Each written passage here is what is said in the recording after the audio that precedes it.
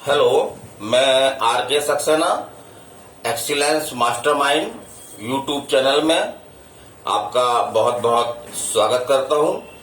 और जैसा कि मैं आप लोगों को बताना चाह रहा हूं कि जिस तरह से संभावना व्यक्त की जा रही थी, मैंने भी अपने वीडियो में बताया था। लोग बाग निराश हो रहे थे कि पुलिस की एग्जाम हो गई या नहीं, पुलिस के आवेदन कब से भरे जाएंगे।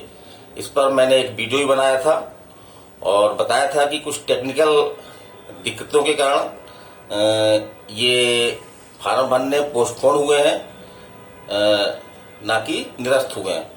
तो अब एमपी पुलिस की वैकेंसी आ गई है, पद वही 4000 है, लेकिन जैसा बताया जा रहा है कि इनके बढ़ने की संभावना जो है वो है।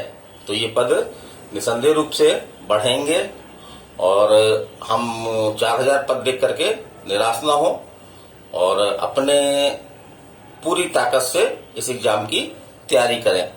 तो मैं उसके बारे में थोड़ा जानकारी देना चाहूंगा कि इसके लिए क्या क्या योग्यताएं हैं, कब से फार्म भरे जा रहे हैं, कब तक भरे जाएंगे और शारीरिक मापदंड इसके क्या होंगे, फिजिकल क्या होगा, लिखित परीक्षा में आपके सिलेबस में क्या क्या होगा और कौन सी किताबें हैं जिनसे आप पढ़ें और किस तरह से पढ़ना है आपको, क्योंकि समय कम है, ताकि आप ये एग्जाम आराम से निकाल सकें। तो चलिए मैं अपना ये वीडियो शुरू करने जा रहा हूँ। इसको आप अंत तक सुने और यदि पसंद आता है तो हमको जो है वो कमेंट के माध्यम से बताएं, या हमारी कोई कमी है तो उस कमी को भी उजागर करें। तो एमपी पुलिस के फार्म भरने आज से अर्थात 16 जनवरी से आपके 30 जनवरी रात्रि 12 बजे तक जो है इसके फार्म डाले जाएंगे। और जैसा कि परीक्षा की डेट जो रूल बुक आई है उसमें जो परीक्षा की डेट है वो आपकी 6 मार्च ही है। तो ऑनलाइन एग्जाम जो है वो आपके 6 मार्च से शुरू हो जाएंगे और फार्म भरने वाले बच्चों की संख्या को देखते हुए ये डेट कई दिनों तक चल सकती है। और जैसा बता दिया मैंने, पदों की संख्या 4000 है, इसको देखकर बिल्कुल निराश ना हो, ये पद के बढ़ने की पूरी संभावना है। और जो आयु है आपकी, तो आयु इसमें जो 18 वर्ष की आयु पूरी कर चुके हैं और 33 वर्ष की आयु पूरी नहीं किए हैं, ऐसे लोग फार्म जनरल के भर सकते हैं। जबकि नियमानुसार जो है वो एसटी, एससी और ओबीसी को जो है वो छूट दी गई है। और इसमें जो फिजिकल में है, तो फिजिकल में इसमें मुख्य रूप से 3 चीजें हैं। पहली तो आपकी दौड़ है, जिसकी आपको प्रैक्टिस करनी होगी। तो दौड़ जो है आपकी 800 मीटर की दौड़ है। और इसमें जो टाइम की बात है, तो जो पुरुष हैं उनके लिए इसमें ये दौड़ जो है वो 2 मिनट 45 सेकंड में पूरी करनी पड़ेगी, जबकि महिलाओं को अधिक समय दिया गया है। महिलाएं ये दौड़ जो है वो 4 मिनट में पूरी कर सकती हैं। इसी प्रकार से गोला फेंक है, दूसरा चरण जो है फिजिकल का गोला फेंक है। गोला फेंक में जो है वो गोले का वजन पुरुषों के लिए 7.260 ग्राम रखा गया है और गोला फेंकने का जो दूरी है वो आपकी रखी गई है 19 फीट रखी गई है। तो इसकी आप पहले से प्रैक्टिस कर लें। और महिलाओं को इसमें कुछ रियायत दी गई है। महिलाओं के जो गोले का वजन होगा वो आपके 4 केजी यानी 4 किलो का होगा और जो गोला फेंका जाएगा वो 15 फीट तक उनको गोला फेंकना होगा। तो अच्छी बात है। और तीसरा स्टेज जो है इसमें वो है आपकी लंबी कूद।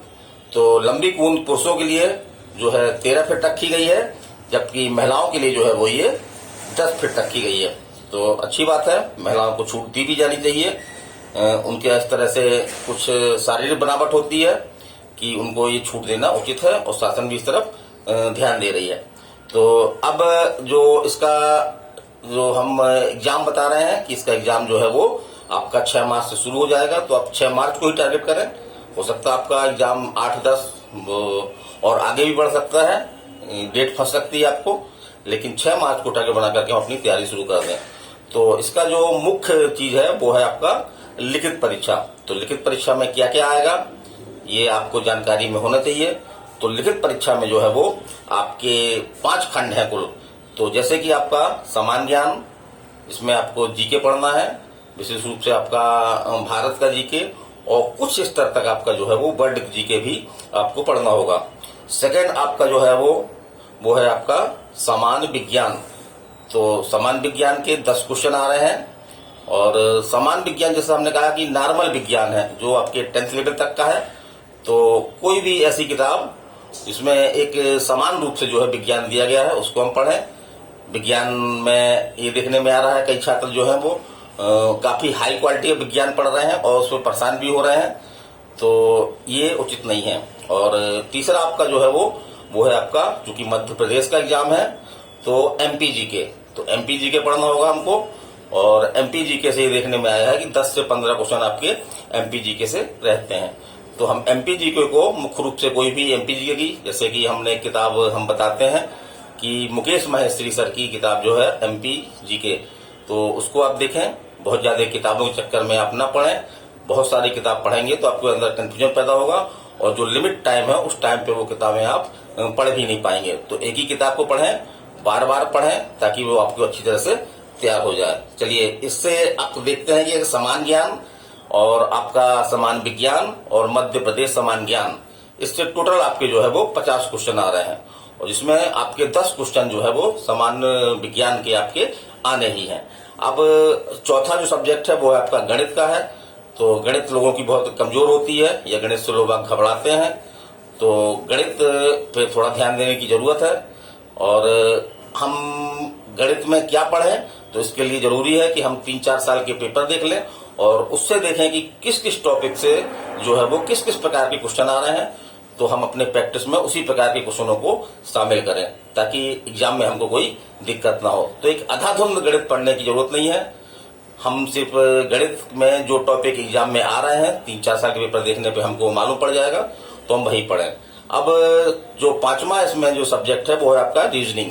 तो रीजनिंग जो है एक बहुत महत्वपूर्ण और रोचक सब्जेक्ट है और एमपी पुलिस में इसका एक बड़ा योगदान है क्योंकि इससे जो है आपके 30 क्वेश्चन आ रहे हैं।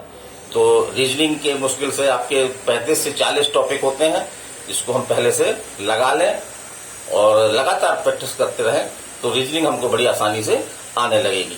अब प्रश्न उठता है कि हम क्या पढ़ें, है ना, किस तरह से पढ़ें।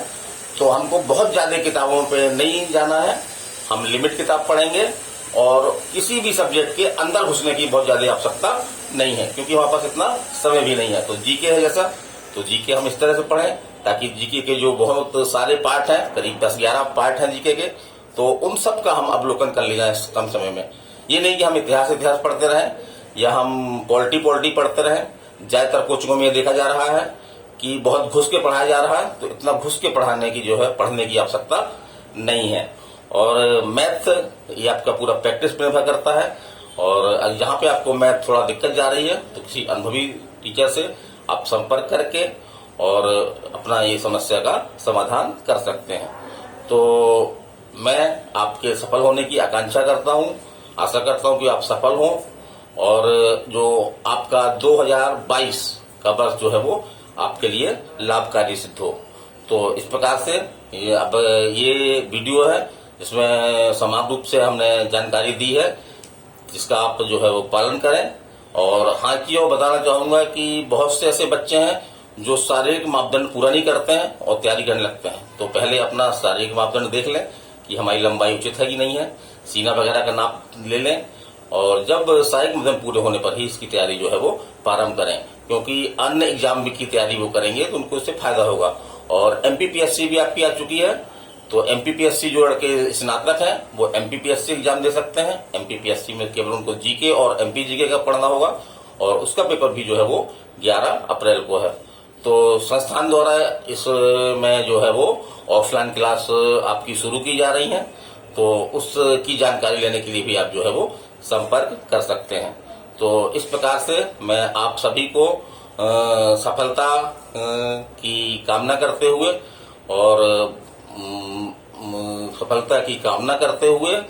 और ये आपसे अपील करता हूं कि जो मेरा ये YouTube चैनल है, जो एक्सीलेंस मास्टरमाइंड के नाम से अगर आप टाइप करेंगे YouTube में तो ये आ जाता है। इसमें बहुत सारे मैटर पड़े हुए हैं जो विभिन्न प्रतियोगी परीक्षाओं के लिए है, जिसमें आपका एमपी पुलिस के लिए भी जो है वो कक्षाएं इसमें चलती हैं और बहुत सारा मैटर है इसको। तो अगर आप समय निकाल करके इसको देखें तो मैं मानना है मेरा कि आप निसंदेह रूप से लाभान्वित होंगे। और मैं आपसे विदा लेना चाहता हूं। तो मैं आरके सक्सेना आप सभी का धन्यवाद लेना चाहता हूं कि आपने मेरा ये वीडियो देखा और इससे लाभान्वित होंगे। नमस्कार।